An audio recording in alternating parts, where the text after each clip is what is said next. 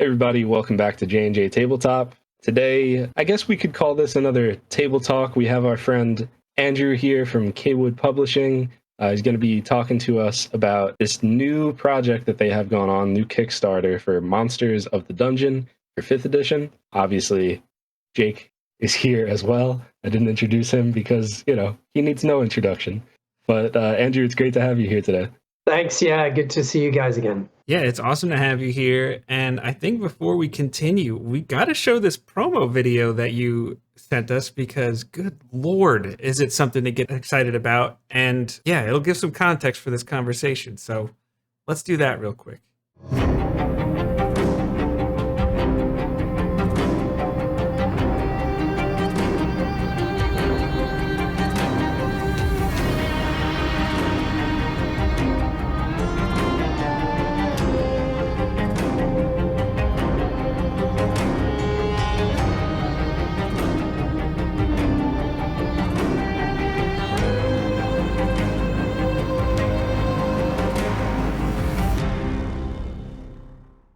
That was really cool. I love the music on there. I love the art and 100 monsters and all of that. Anytime we see that you're doing something, it's always really exciting. But this one in particular, I am very excited for. What could you tell us about the project, just in general?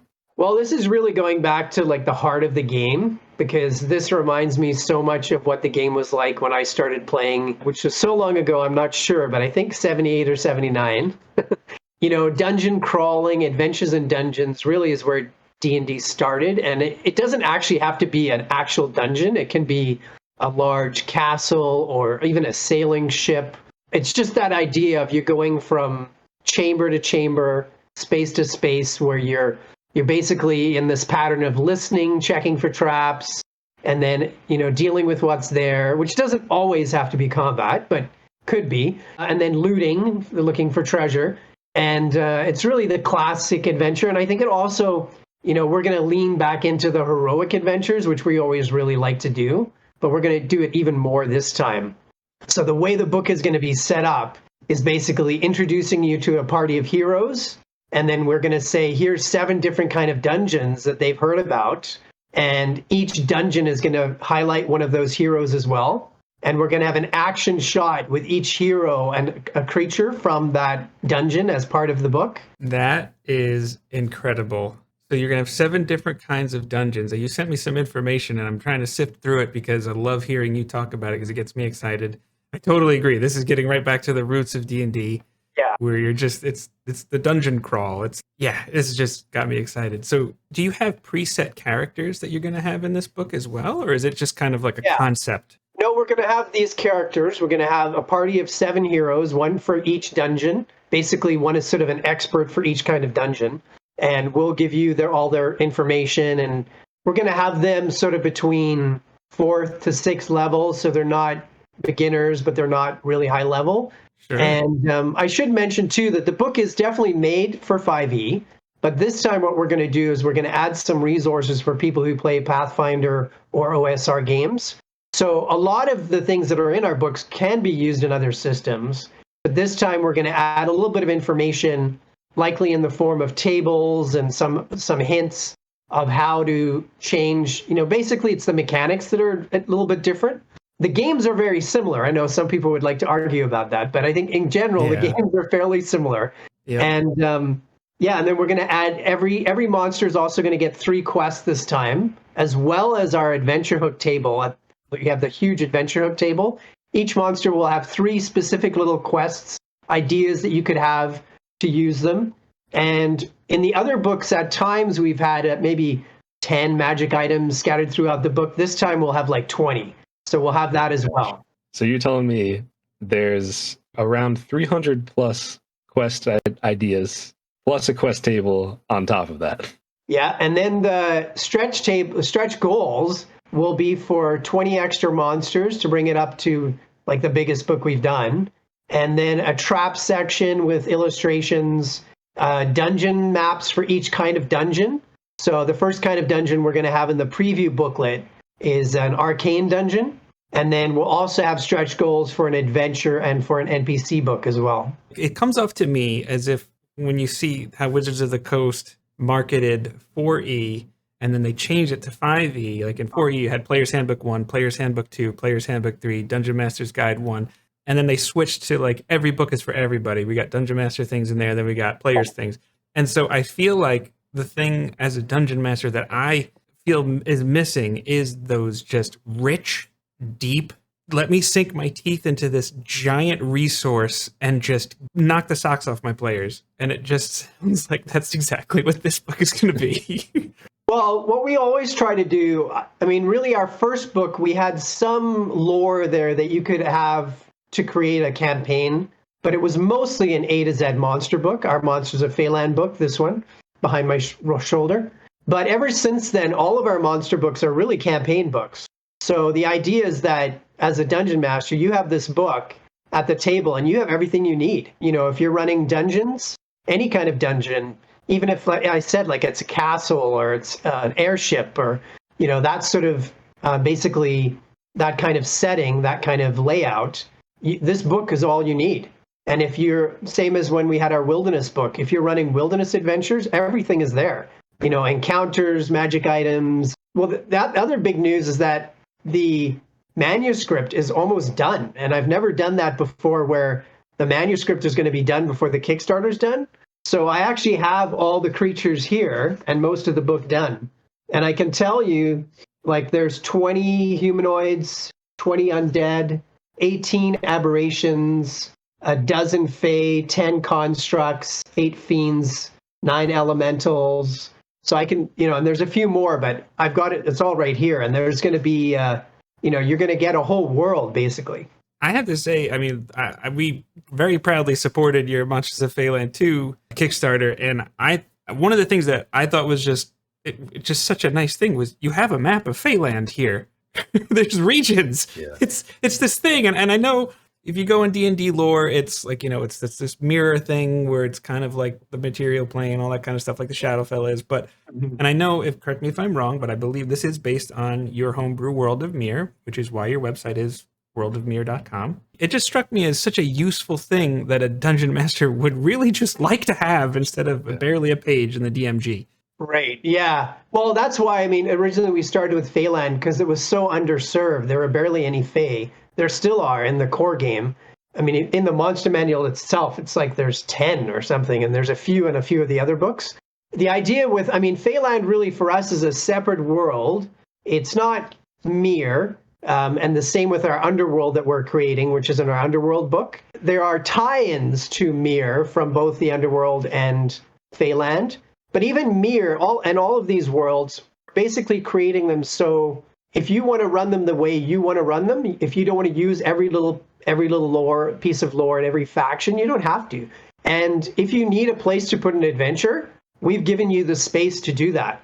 You know, you can do, which is what original Dungeons and Dragons was like. That was like the world of Greyhawk. It's detailed and it's realistic, but also if you needed a place to go fight giants, there's a perfect place for that. You know, if you have pirate adventures, there's a perfect place for that. So we were really inspired by that, and that's what Mir is like in Phaland and the Underworld. They're places where you can still be your own creative, you know, force in the world as a dungeon master. You can still create. Yeah, I love that because I think there definitely is a lack of support for, I don't know if I would say lack of support, but there's not much out there where in one book you're getting something that you could just drop into and play as is, as well as grab that and easily, not through hours and hardships, but easily pull inspiration from that and use it into your own and make it your own. So it's definitely cool to see that's a goal and something that you seek out to do with your books because you feel it when you're reading them and you're using them. So you have a book of NPCs or a full section of NPCs. That's one of the stretch goals. Yeah, we've done that for all the monster books. Actually, except for Phaland 2, because we already had a Fae NPC book. So we have these about 60-page NPC collections that we've made for each monster book. And they're pretty detailed stat block. They're not illustrated fully like the monster books, but I think they're very useful. And yeah, we've made hundreds, probably over 1,000 NPCs now for sure. That's great. As a DM who doesn't have a ton of time for prep nowadays, I think NPCs are often one of those things where like I'm here, we're gonna start in 15 minutes. I'm just like pulling up my notes and getting everything ready to go, and I'm like, I need 3 more NPCs for whatever they're about to do, and I didn't think of any of them. And then you're scrolling through the internet trying to find an NPC generator, and they're either way too detailed or just I don't know. It's definitely it's nice to have in a book just some NPCs ready to go that you could take and mess with. Definitely a tool I personally appreciate as a DM. I completely agree. It's one, especially if it's just got that plug and play option. That's what I'm looking for, and I love the way you're talking about this. But I kind of want to go back a little bit because you did seem to mention that the monsters you're creating and these dungeons and this product is going to be more than just for 5th edition. And Yeah. I think that's kind of incredible. It's very relevant and very on point. I'm struggling to think of the word, but since we last spoke, because it was wonderful to have you on last year with the Phaland 2 Kickstarter, but the whole OGL situation happened. And I mean, it seems like to me that affected your approach, but I was curious to hear you talk about that and what your thoughts were and just, anything you'd like to say. Yeah, I mean, we're really interested in being as independent as possible, having as much freedom in what we create. That includes the artist who usually works with us too, Travis Hansen. A number of our books, especially our World of Mir, and a lot of what is in our monster books and most books we published, it's not really only for 5th edition. I actually use a lot of 1st edition material myself all the time. And I don't find it that difficult to convert things back and forth. But most of it is, you don't really need to convert it. I mean, especially a setting world, like you don't need to mention many mechanics when you're setting up the world. It's more in actually a monster book is where the mechanics come in the most. So we already think we have products that can be used by many different editions and Pathfinder, OSR. But what we're going to do this time is be a little more conscious about how we can do that. And so we'll give a conversion table. We'll add more details that aren't specifically 5th edition mechanics. Like, for example, those quests for each monster. Those are, obviously more story-based and can be used for any RPG. Our trap section will be used for any RPG. The maps we have in there, the adventure hook tables, the encounter tables. We'll have a chapter table for each kind of dungeon that will show encounters, locations, and give you some details about what that dungeon is like. We really want to make sure we're making products for as many people as possible, and we're not limiting ourselves, and we're going to keep doing that. We'll do that with our new World of Mir book, which is going to update the world. We're going to do that in the next monster series, it won't be a monster series, another series of books. And then in our adventures, I think, too, will be less mechanical and more open to any system. I think that's great. Like, even just, obviously, with the OGL stuff, a lot of people felt strong feelings on a lot of things. But thoughts on Wizards of the Coast aside, creating a book and adding resources that are going to help more people, regardless of what system you play, is just objectively good. You're increasing the amount of people that could use it and amount of situations it could be used in. So just I think that's great to see. I'm excited to actually see what that looks like, and maybe it'll inspire Jake and I to actually play some Pathfinder. We'll see. Yeah, I think more and more we're going to offer resources for people. We can call it D&D, we can call it whatever you want to call it, but it's people around a table or remotely around a table playing a game, and we're going to offer resources for that. Whatever you want to call it, you can call it whatever you want. But you can get good resources from us. We think you can get good resources from 1st edition, from 5th edition. I love the efficiency of 5th edition mechanics. I don't know anything about 2nd, 3rd, and 4th, so I won't speak to it. But I think you can bring in all these good aspects and all these good resources from other editions and other games, and then you can have a great game with your friends. Like, it's not complicated. And the only one I haven't played is 3rd edition, so I find resources, information, and lore inspiration anywhere I look to. So we're totally on the same page with that. Again, bouncing back a little bit, you said there's going to be a section on some traps. Can you tell us, like, a little more about that? Any more details or anything? Because I think traps and puzzles is something that there is support for it, and there's some ideas, but it's always something that I'm excited about and I look for in new books. Yeah, sure. I think in general, a lot of the trap resources that I've seen are kind of clunky and overcomplicated. So we're going to simplify it, and we're going to talk about some hints for the game master about how to run it.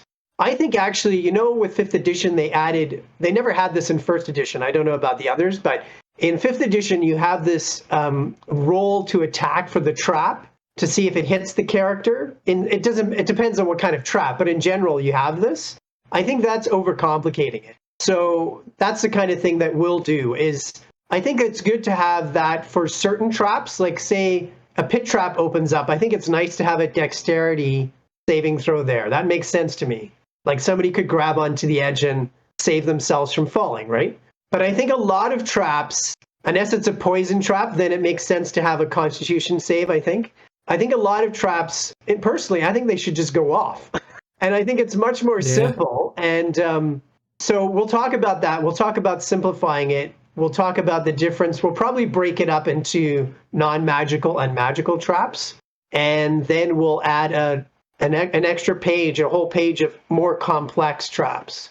Yeah, one of my favorites, for example, this one isn't in many of the resources, but if you search online, you can find it. It's the one where the players get into a chamber, the door closes, and there's a lever in the middle of the room, and there's a voice saying a countdown from 10. And it is hilarious to see what the party does, because they decide they're never going to pull that lever. And I've had parties who've destroyed the door to try to get back out. But the whole thing is the trap's counting down. You hear this voice, 10, 9, 8. And then if you pull the lever, the countdown starts again. And if you let it go to 0, the door just opens. Yep. Josh did that one to us online. There's video evidence. After I feel pretty proud about this because I never looked that one up. But I did. I was like, I think maybe we're supposed to just let the timer expire. But there was such tension in there. Yeah.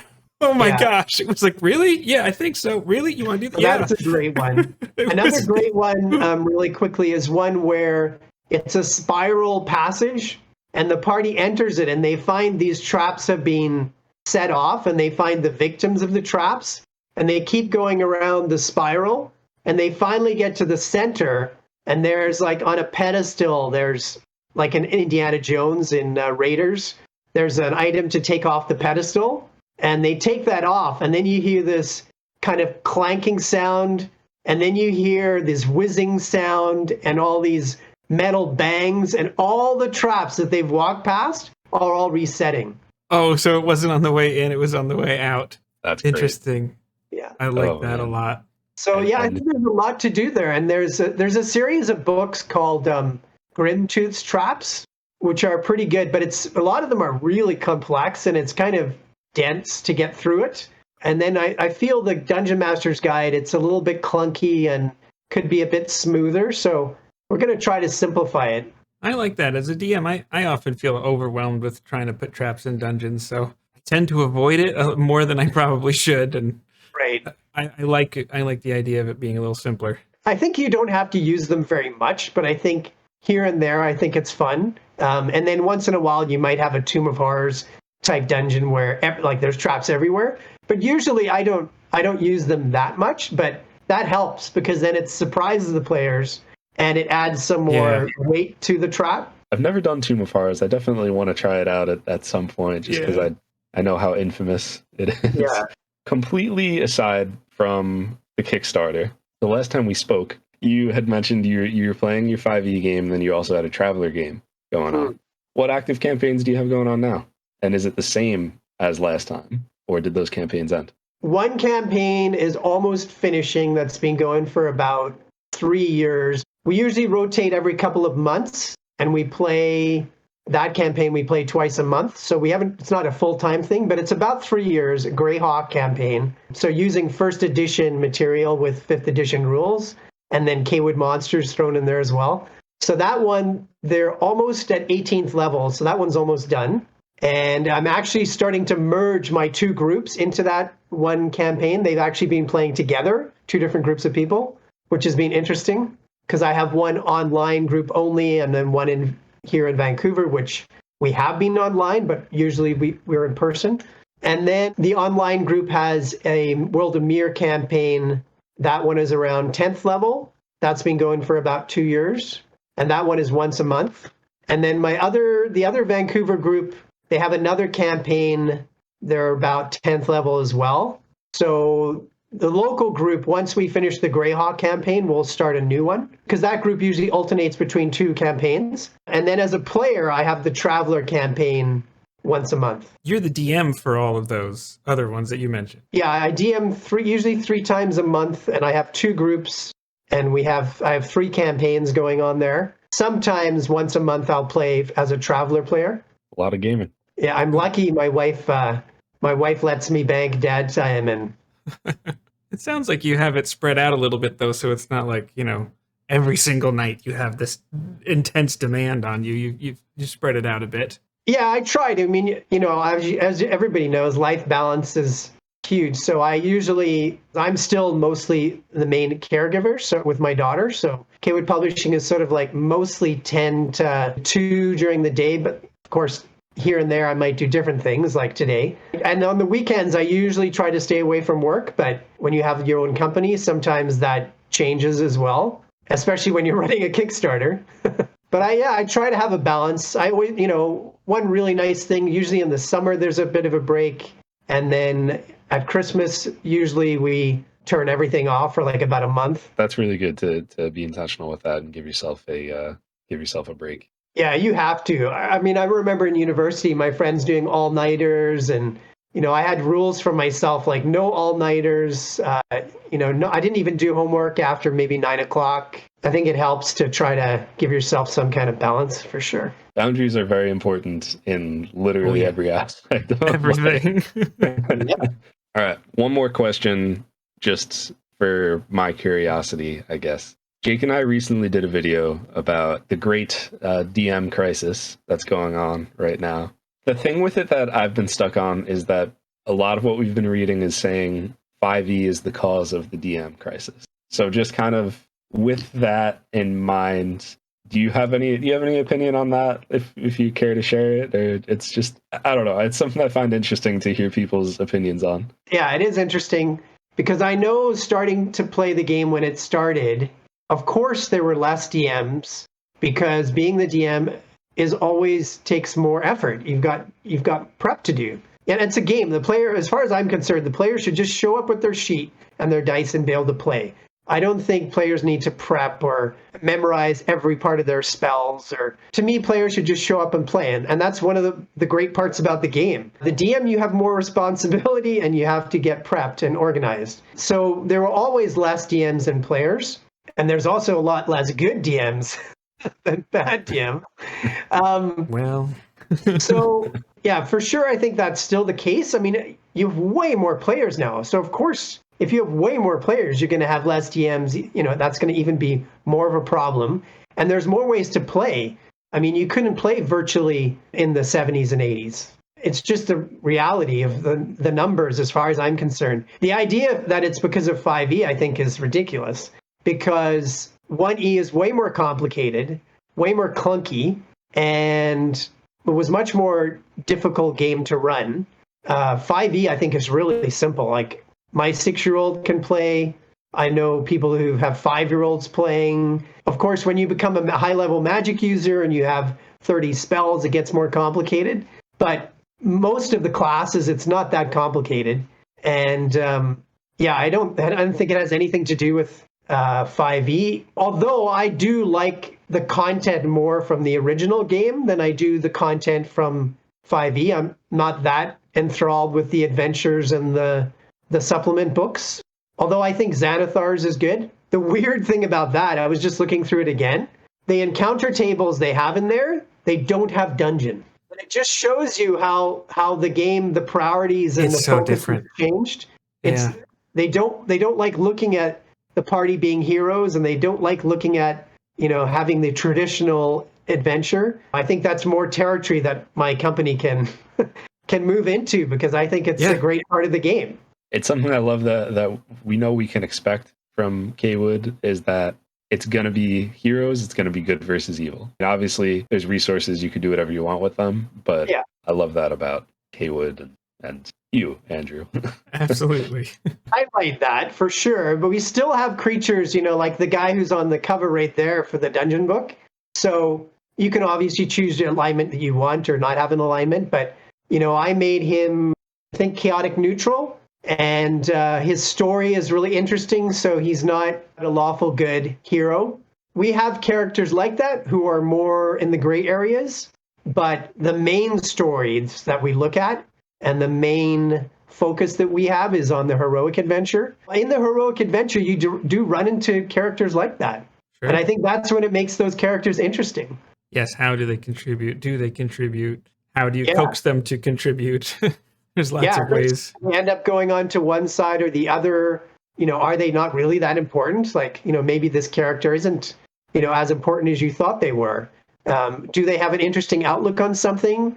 There are gray areas that the heroes still have to deal with. Do you attack the orcs when they haven't attacked you? You're in the dragon's lair. Do you kill the baby dragons, the wormlings? You time travel and meet this evil character who hasn't done anything wrong yet. Do you kill them? Time travel unleashes a whole slew of moral quandaries you can throw.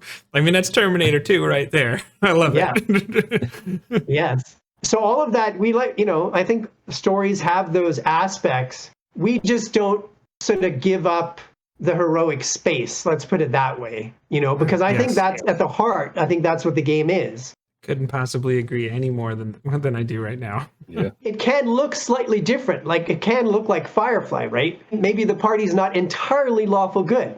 You can't tell me that the main characters in most of the Firefly crew aren't heroes. Most of them are. Maybe not Jane. I understand the comparison, but I'm just going to throw myself under the bus here and say that I've actually never watched Firefly. We'll both be under that bus, Josh. Oh, I'm so sorry. It's one of those things that I know that I'll love it, and everyone has always told me that I'll love it. But I also know that it got canceled midway through the story, and I just don't. It already happened to me with enough things that I started watching from the beginning. Right. I don't want to willingly put myself through that's that. the question. Right. Is it better to have loved and lost than to never have loved at all? I mean, here we are. Well, it's also like the idea of Han Solo, right? Like, he's definitely not lawful good when things start out. But when push comes to shove in episode 4, the original first movie, when push comes to shove, he definitely does the right thing and is a hero. So, heroes can look in different ways, but I think this idea that there's no morality and everything is relative, I think that's not true. It just doesn't work like that. In the big picture, of course, there's things that matter. Like we just talked about, what kind of character do you have if there's no boundaries on the character? Gray areas and those moral quandaries are fun, and that's what makes your characters, interesting and makes role-playing fun, is trying to figure out what would I do in that scenario? What would this person do?